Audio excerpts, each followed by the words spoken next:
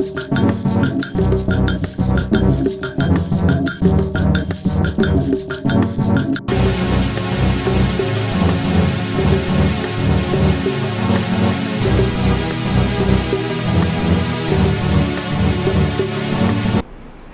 and welcome back to Ave Imperator Productions' Art and History channel. Today, we will be speaking on ancient Rome and our first look at that civilization. We'll be looking at ancient Rome in a general sense, and trying to grasp their perspective, as it certainly is one of the most important in history. Due to the unusual for that time amassing and preservation of knowledge from ancient Rome, we should be able to get a little more detailed with this civilization than we really could with the previous ones. So, for simplicity's sake, we're going to say ancient Roman history is about 750 BC to 476 AD. That is to say, this part of the series is going to be dedicated to Western Rome, or at least Rome before the 5th century AD. We're also going to go with the three common breakdowns therein of kingdom, republic, and finally empire. The kingdom and early republic are sparse on information, thanks no doubt to Brennus the Great and his federated Celtic tribes sacking Rome in the 4th century BC and burning their great library down. Rome didn't rise from the chaotic societal scene of the early Iron Age for nothing, however.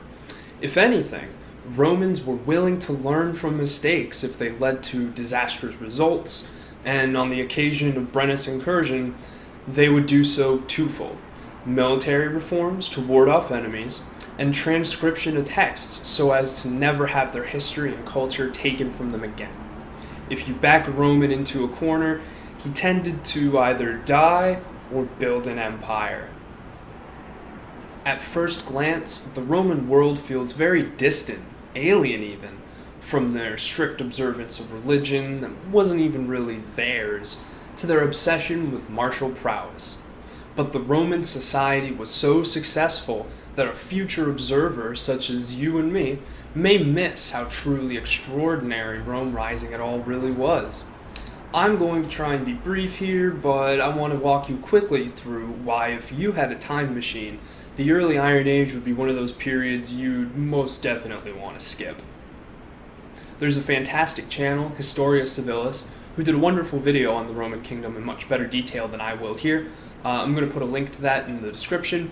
Go watch it if you want a more in-depth look at how exactly this time period worked and why it was a headache and why the Senate would want the king gone. His power was redundant at best and tyrannical at worst for a TLDR or TLDW. So, cool. There was a kingdom and it ended around 500 BC, and then the Roman Republic we all know started. Ever wonder how?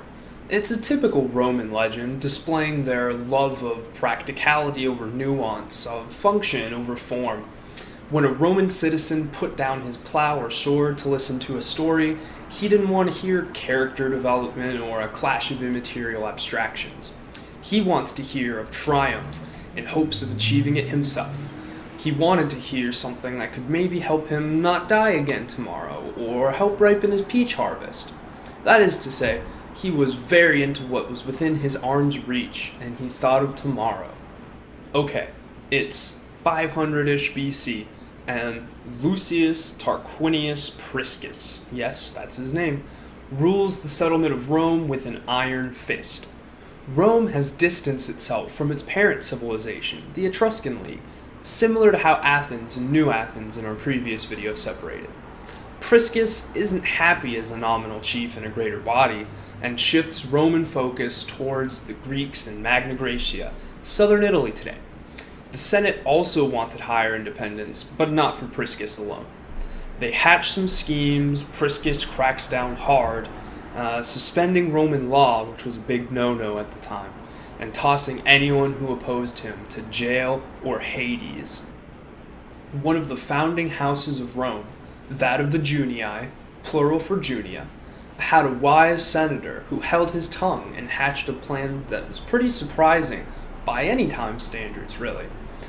Priscus had done a bunch of public executions. Two of the people that had been executed were actually the children of a Junius Brutus. No, not that one. Yeah, that'll work. Priscus had put himself on effective lockdown, being attended by several armed guards at all times, a clarion display of how truly tenable a leader's grip on his nation is at any point in time. Junius Brutus, the hero of our story, had to figure a way to get close to the king, alone, so he could assassinate Priscus and restore Roman law to the people. But how? He was no soldier. If any guard attempted to intervene, Brutus could easily be overpowered. If he attempted to take on co-conspirators, the chance of discovery increased exponentially. So, what did he do? Well, Priscus' new schedule of tyranny and oppression ate up a lot of his time, and he didn't frequently meet with the Senate, much less familiarize himself with all the individual senators there.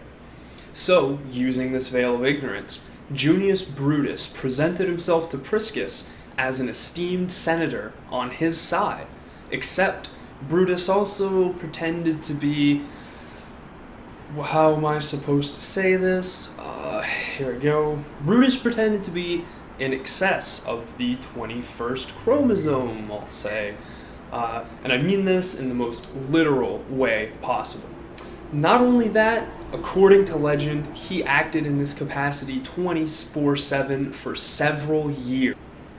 There isn't a lot of existing knowledge on this legend, but I'm willing to postulate that Priscus, either killing people or cowering from the thought of he himself being slaughtered, would have been very excited over a puppet senator with dignitas and auctoritas, more on that later, who also happened to be, we'll say, pliable. We're not sure exactly in what capacity Brutus served Priscus, probably as a consul and as an advisor of some sort, but what we know is around 500 BC, Brutus' trap was sprung. The king was alone with the master actor Brutus. Some mishap involving a knife and a thrusting motion occurred, and the Roman Republic was born, for the most part. To fully appreciate this story, we need to understand how a Roman would have appreciated it. So now that we have a grasp on the birth of the Republic, let's take a look at the Mos Maiorum, or the Way of the Elders. As far as we know, the Mos Maiorum was never codified, a peculiarity for Roman society, with its records of everything from harvests to legal proceedings. The Mos Maiorum was very special, not quite a religious doctrine or a social code, but rather, simply, the ingredients list for a successful Roman citizen. The Roman who could display all 9 virtues would also succeed in making his family more illustrious, making his life a little bit better off, and making his competition hysterically jealous. Why would this be? All 9 parts of the Mos Maiorum are arguably good and just qualities, and a person who rises to power through corruption and intrigue often tells their subjects there's no other way to get there as a justification. Corruption and lies are inherent and must be accepted, therefore I must be accepted. That kind of thing. A true Roman rising to power through the embrace of the Mos Maiorum would undermine such lies, and the mob in the street could be quite unforgiving of liars and perceived usurpers. And so, without further ado, let's take a look at that Mos Maiorum. Let's make it interesting, though. Let's say you are a descendant of an illustrious house who's fallen on hard times. Let's call you Sulla of the Cornelii. You don't have any immediate relatives to mooch off, and nepotism seems to be off the table as well. So, to satisfy your ambition, you choose to embrace the values of the Mos Maiorum and try the meritocratic route. You seek out an elder of your family with your wax tablet for notes to figure out what it is exactly you need. Your elder greets you and assures you it's quite simple. There are 9 parts, but the final 2 are a result of proper practice and display of the first 7. For simplicity's sake, we'll call the first 7 the lower values and the last 2 the higher values. So just 9 things to remember. How hard can this be after all? The first, fides, is similar to the word fidelity today. What does fidelity mean? In the 1980s, recordings called hi-fi started to appear. meaning high fidelity. This meant the recording was as true to the sounds the artist had made in the studio as possible. So, fidelity is the act of remaining true in regards to an external idea, person, place, that sort of thing. So, as the young Sulla, you decide to achieve fides through military service, truly representing your soldiers, your commanding officers, and the SPQR. By the way, if you don't know what SPQR stands for, I'll tell you. It is the Senatus Populusque Romanos, the Roman Senate and People.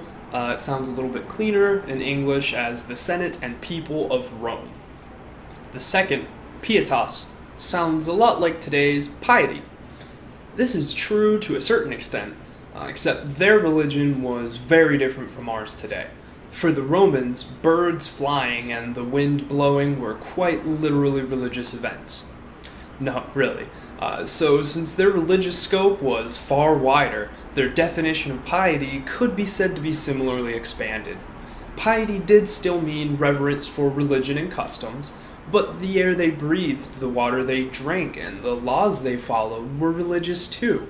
So pietas also covered morals, ethics, and fair dispensation of justice. You decide to cultivate pietas in fair treatings of your captives and soldiers while away at war. The third, religio, is closer to how we understand piety today, more separate from ethics and other ideas. That is to say, a Roman who cultivates religio adheres to Roman religion and its gods through sacrifice, ritual, and reverence. I'll add in that the old Roman calendar was chock full of religious holidays, so a Roman with religio would also have a grasp of time and seasons, which matters a lot to farmers of any time.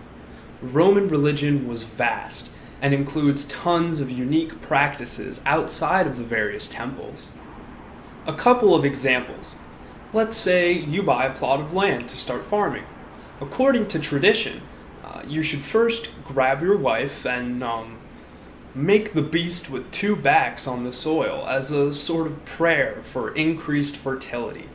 And apparently it helped if there were others there to witness the act. Romans were also very into augury, or the counting of flying birds to decide if huge undertakings, such as war and even political upheavals, should be encouraged or shelved.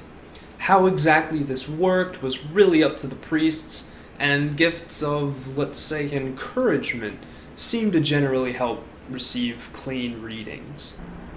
The fourth, cultus, was the accurate and correct performance of sacred religious practice. This one is interesting, as it almost seems redundant.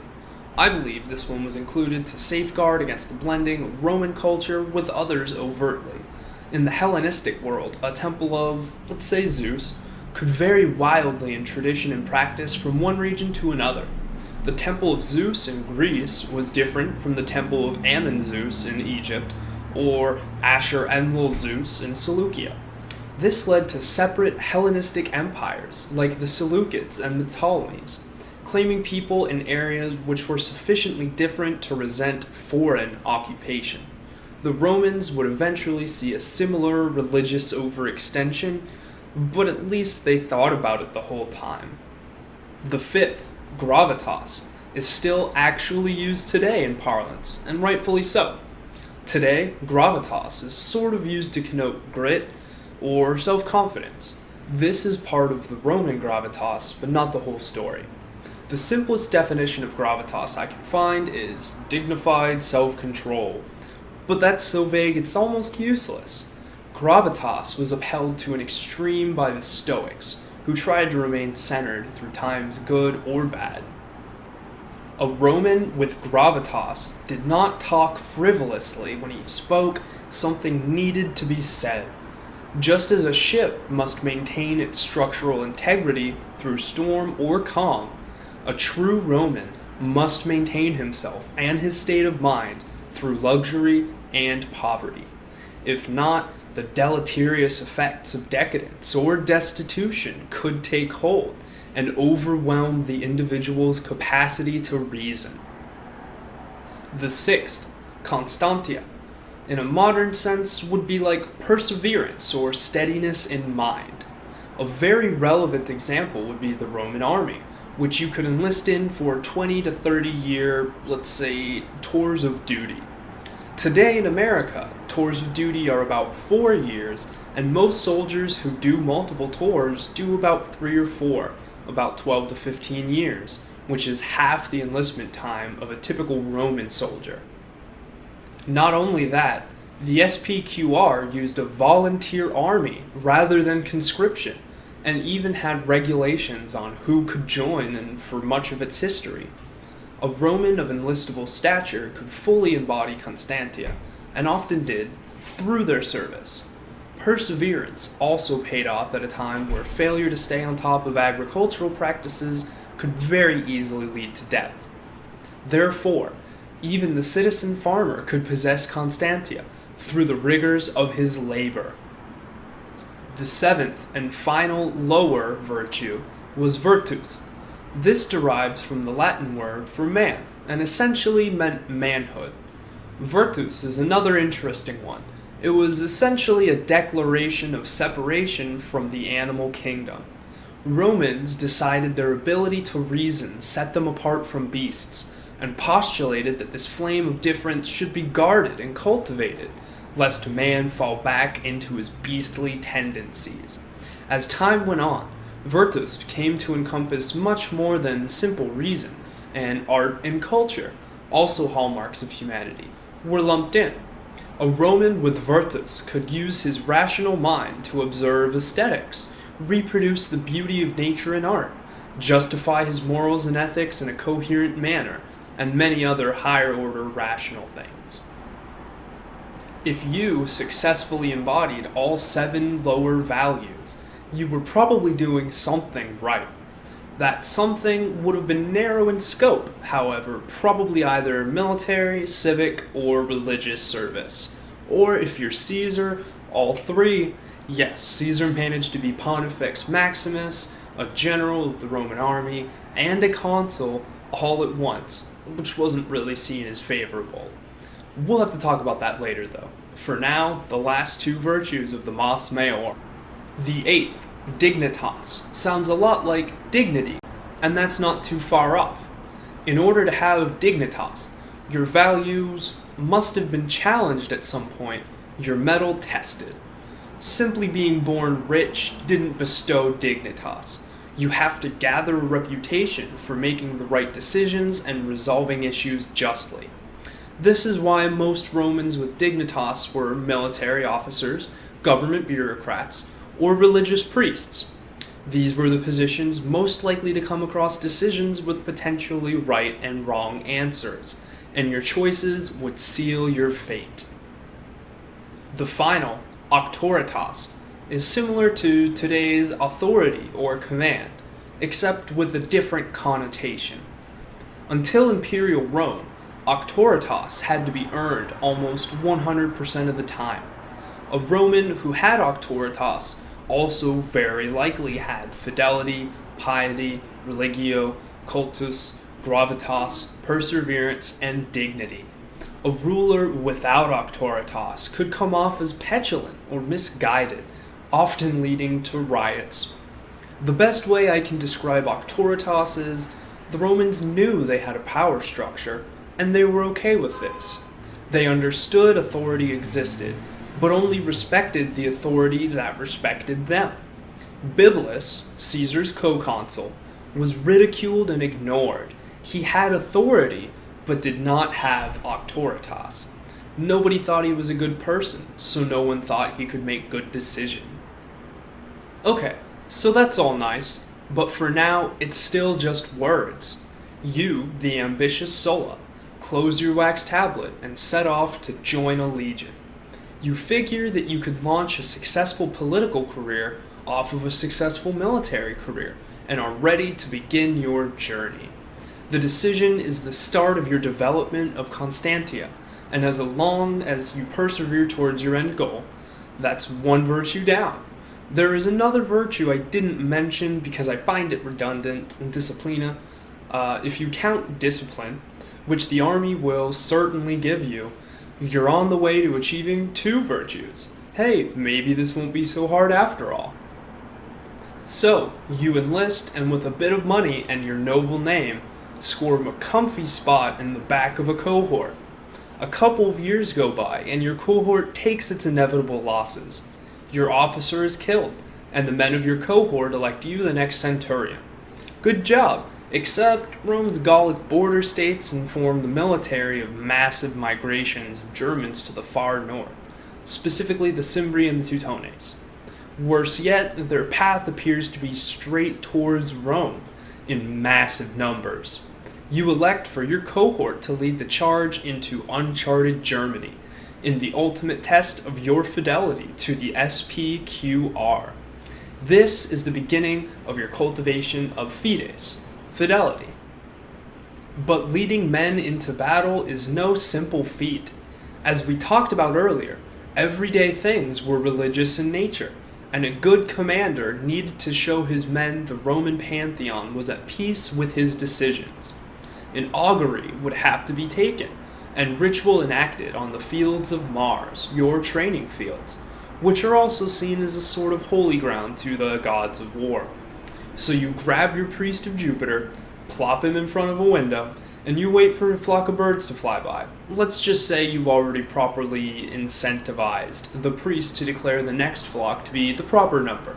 The augury is true, and your men marvel at your display of cultus. General Marius, the field marshal, the guy in charge of this expedition, calls all of his commanders to his war tent. He wants to make sure all the rituals have been kept up and all auguries are clean, and all is reported well. He then says he wants a legion to volunteer to spearhead the offensive. There would be a very high chance of ambush, and only a commander with the true Roman virtues could survive or even succeed during such an onslaught. As Marius explains the horrors, the hallowed grounds of genocided peoples and Roman soldiers, their bloodlust for Rome and desire for shrunken head trophies, many of the commanders shudder, wince, or stick out their chests and display some kind of pride or arrogance. You, the ambitious Sulla, do as a good soldier should, looking ahead at attention while your field marshal and good friend, Marius, finishes his piece. By the time he is finished, half the commanders have stepped forward and half back, but you alone remain where instructed. Marius smiles and confirms his choice. Due to your display of gravitas, Marius declares you volunteered for the suicide mission. Congratulations, hope you're good with a sword. The battle begins, and your legion marches in steadfast, deftly executing the maneuvers of the still very new Marian-style legions. Being in the front, you did find yourself ensnared in an ambush, but you managed to counter it and hold steady until the next legion can make contact for relief. In the confusion before that connection, however, 100 or so of your soldiers desert, fearing the worst, leaving scraps of your former legion to try and hold out under the much higher pressure than had been expected. The punishment for desertion is crucifixion. But you're not sure that's such a great idea. Failing to punish them, though, could result in further insubordination. A proper punishment must be administered, so you take stock of your supplies and find the march has taken quite the toll on your pack animals for the supply train. So the deserters must be punished, but the supply train too must run smoothly. You figure a man loaded with 100 pounds or more of supplies probably can't run very far, and a Roman soldier who doesn't fight is certain to feel acute shame over that fact, as well as the lost booty from not being able to participate in city raids. With your deft handling of those deserters, you've begun to show the pietas virtue, ethical and moral grounding, and a keen sense of justice. So the campaign is up, and you've got all your lower virtues. Congratulations! You march home with your legion to attempt to secure your final 2 virtues, authority and dignity. So up until now, we haven't really been talking about the historical Sulla of the Cornelii, just sort of using him as a stock character for a thought experiment. But for the last 2, we're going to look at a couple of real examples from his life and how he achieved auctoritas and dignitas himself in true Roman form. Upon your return from the wild north, you find domestic troubles perhaps even more intense. The various peoples and tribes of Italy have all declared themselves Roman citizens, but the Senate who issues your orders seems to disagree. They call on your superior, Gaius Marius, and you, Sulla, to lead the Roman army in what would be called the Italian Social Wars. Marius becomes sick, and the brunt of the war planning and execution falls to Sulla. You defend the integrity of the Republic until the Senate has been sufficiently motivated to make concessions to the Italian peoples, pushing Rome over the tipping point from city-state to nation. The war is over, but you're given command of the Eastern legions, where Roman borders are ever expanding. A triumph will prove your auctoritas. But as your campaign closes to a masterfully successful end, Marius recovers from his sickness. He gathers support from rich and powerful men who owe him favors, and declares himself the true commander of your armies. He intends to relieve you of command, taking credit for your strategies and the blood of your men. The rich and powerful, probably corrupt elite of Rome can see the advantage to pushing aside a true Roman and replacing him with an ailing old man after a time of serious societal upheaval. They demand you hand over your legions and take a faraway job where your ambition may smolder into oblivion. You decide this doesn't sound so bad, maybe eventually, and march straight to Rome with your legions fully equipped and in tow.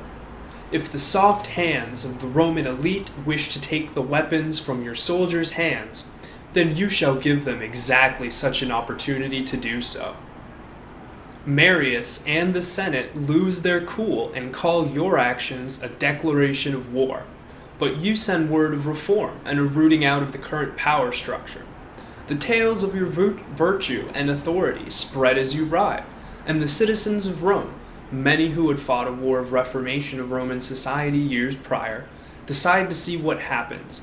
You generously direct Gaius Marius to a retirement home after relieving him of command through a crushing defeat, and set forth to enact your reforms, pursuing the less desirable or favorable senators and elites who oppose you. And here is where Sulla earns his dignitas, in one of the craziest displays of such a virtue in historical record. It may be tempting to think of a person who leads wars, a civil war, pursues his enemies, and single-handedly changes his society as evil, or psychopathic, or just cruel and ambitious. The thing is, the Roman Republic was faltering, no longer able to readily govern its already hugely expanded borders. For its day, the Roman army was highly meritocratic in how someone could get ahead and affect society, much like entrepreneurs in our more business-centered world, taking on risk in the hopes of reward. Just like entrepreneurs today aren't mostly psychopaths, quite the opposite really. Back then, most Roman officers were simply men doing what they could. So, why am I defending Sulla? History is replete with civil strife and insurrections, and Sulla was not the first, nor last, to seize power through force. Sulla saw the corruption and disconnect of the elites of his time from the people, and felt compelled to do something to change that. So he did. And here, in my opinion, is where Sulla's dignitas, an embodiment of Roman virtue, becomes clear. When most people install themselves as a dictator, Caesar, Cromwell, whoever, take your pick, they veil their intention for power with an intention for help or reform, and are deposed only through death. Sulla seized control, instituted his reforms, and made sure they stuck. He stepped back, admired his work, and decided it was good enough. He accomplished his goals that he had been pursuing exhaustively, and then abdicated his position as dictator to the superior authority of the Roman Senate. That's right, he just moved to a quiet villa far from the bustle of the city, harvested a few good crop yields, and calmly passed on.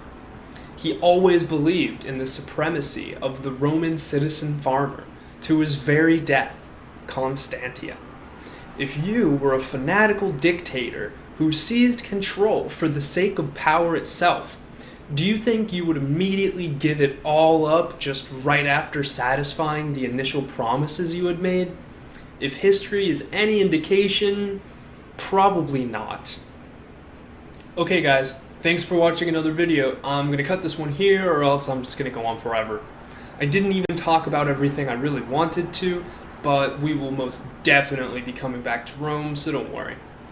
Without a grip on Roman virtues like the Mos Maiorum, which we really only half covered at best, it can be hard to understand what a Roman citizen thought and what made one person great and made another person a villain in their eyes.